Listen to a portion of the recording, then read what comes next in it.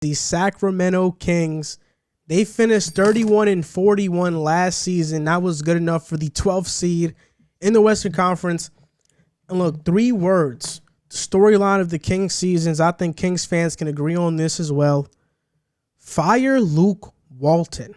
He's not a good head coach. He basically he handled the Buddy Hield and Bogdanovich situation last year horribly. And they added Hassan Whiteside, which puts Bagley at the 4 now in his more natural spot. Now they have a better center than Raquan Holmes to start at the 5. They lost Harry Giles, Kent Bazemore, Bogdanovich, Yogi Ferrell. Their coach Luke Walton. They drafted Tyrese Halliburton, Robert Woodard, and Jameis Ramsey. I think Tyrese Halliburton for that pick, nobody expected him to slide there. But I think they were better options that fit their team than Halliburton. You already have a max player in De'Aaron Fox. You have Buddy Hield for the future. You have 2 guards that are solidified in your lineup. I think Tyrese Halliburton was more of a luxury. They should have went with a guy like Devin Vassell. I think Devin Vassell went to San Antonio after, right? I'm pretty sure. Mm-hmm. What pick? They could have picked Devin Vassell, right? Yeah. I think Devin Vassell would have been perfect because Harrison Barnes, I think, is on an expiring deal. So he could have filled in that 3 spot and been their 4 to the future. So, yeah, I mean, I'm not sure what direction the Kings are heading in. They have some good pieces like Fox, Hield, Bagley. But outside of that, and Halliburton is one of them, but outside of that, it's like, I don't know. This team is made up of young guys and also expiring contracts and veterans. It's kind of a weird mix. Yeah, I agree with you. Their direction is strange. I think they brought in a very weird group and they didn't have a sense of direction for the past few years. And now they've brought in some new leadership that have started to, essentially flip the franchise on its head. Monty McNair is the guy who came in as general manager and has really shook things up. And really the only guys that are left are Marvin Bagley and De'Aaron Fox and Buddy Hield. But I think his time is going to be up this season. I think he'll be shipped out by the deadline. And Marvin Bagley coming off an injury, if he doesn't start to perform this season, I wouldn't be surprised if he was next. I like the move to extend De'Aaron Fox and make him like their guy of the future to build around. But I just see them on the outside looking in. I don't see any situation that they're really a threat this year in the Western Conference.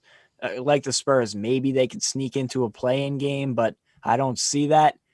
I just think they need to hit the reset button. I like a couple of the moves they made this offseason. Like they got good value for Halliburton where they got him, and I like Woodard. So it's going to be a strange couple of years here for the Kings because I just don't see any direction from them. Yeah, I agree. I think they have a great player at the point guard spot. I think that's their point guard for the future. I like De'Aaron Fox. He's a really good player. He can play defense. That jump shot is getting up there. He's a speedy guard. I like him. He's a competitor. Marvin Bagley hasn't lived up to the top 5 pick that he's been picked, but he still has time and he still has potential. Buddy Hield has been struggles with him in the front office, but he's still a really good player that's going to give you that shooting off the bench that you need. They lost Bogdanovich to He's going to start. Okay. So they lost Bogdanovich to the free agency to the Hawks. And bringing in Tyrese Halliburton was a weird sequence because he's a point guard and De'Aaron Fox is a point guard. I feel like you said, they should have went with a Devin Vassell or just another guy that fills that 2-3 void because Harrison Barnes will be gone. Jabari Parker, I don't think he's there no more. He's there. He's still there. So that's not a guy you want to bank on for your future. But this team, I don't see much in this team. I don't see them going far. I don't see them making a strong push. I mean, I know we thought they were going to make a strong push last year when they got invited to the bubble, but I just don't see much improvement from this team in the offseason to say, oh, this is the team I'm excited for. I think they're going to be fighting for a top 5, top 6 pick. I think that's good for them because now they can target a wing to take the void of Harrison Barnes, or they can target a big man to pair with Bagley. I don't know what they have him at the center or the power forward. I don't know what his initial position is going to be moving forward, but they should definitely think about him moving forward if he's the right guy, because maybe Evan Mobley could be the guy going forward. He shot up draft boards as being the top 2 picks, so maybe that could be the guy you go with and you let Bagley walk. But this is a team that's definitely confused about what they want to do. So I have them pretty low on my standings. Yeah, like their starting lineup is De'Aaron Fox, Buddy Hield, Harrison Barnes, Bagley, and it's either going to be Raquan Holmes starting at the 5 or Hassan Whiteside. And then off the bench, you have Halliburton, Glenn Robinson, and Bielitsa, Corey Joseph, Frank Kaminsky, Jabari Parker, Kyle Guy, who hit a game winner in the preseason against the Lakers. I'm pretty sure it was against the Lakers. But personally, they just went downhill after they fired Dave Yeager. I think Dave Yeager did a perfect job with that team. They were young. They were exciting. They had direction. He coached the team well.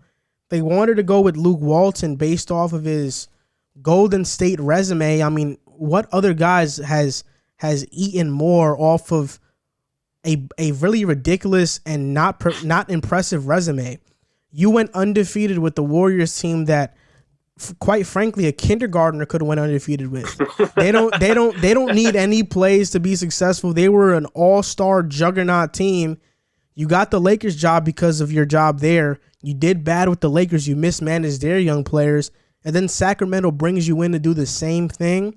It's just ridiculous. I think the only way that the Kings get better is by firing Luke Walton. This season, I'm projecting them to finish with the 13th seed. I can see them as high as 11 if everything goes right, but I can see them being as low as 14. I agree. I have them at finishing at 14. I could see them getting up to 11. I could also see them finishing 15, and I also think the biggest win that they can get this season would be firing Luke Walton. I also agree. I think he's a really bad coach. I think he's not the coach that they want to go with moving forward. And I think I have him, like I said, 13th to 12th to 15th would be my range. 13th, I'm going to lean with more, and I think they should definitely be shooting for one of those guys in the draft.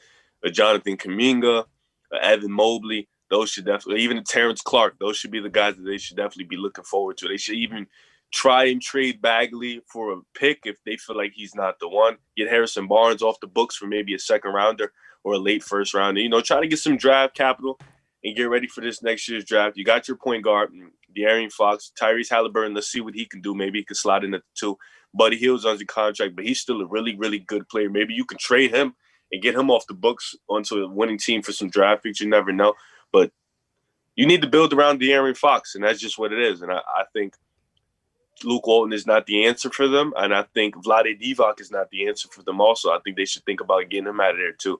But, yeah, 12th to 15th would be my range, leaning more towards 13th.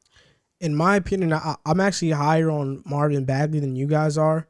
I think Marvin Bagley can be a really good player in this league, and I don't think they're even thinking about shipping him out anytime soon. I would like to see him at the 4 rather than the 5. I think he's a much more natural 4 than a 5. So this season, with Whiteside coming in, will be a more true evaluation of what he is.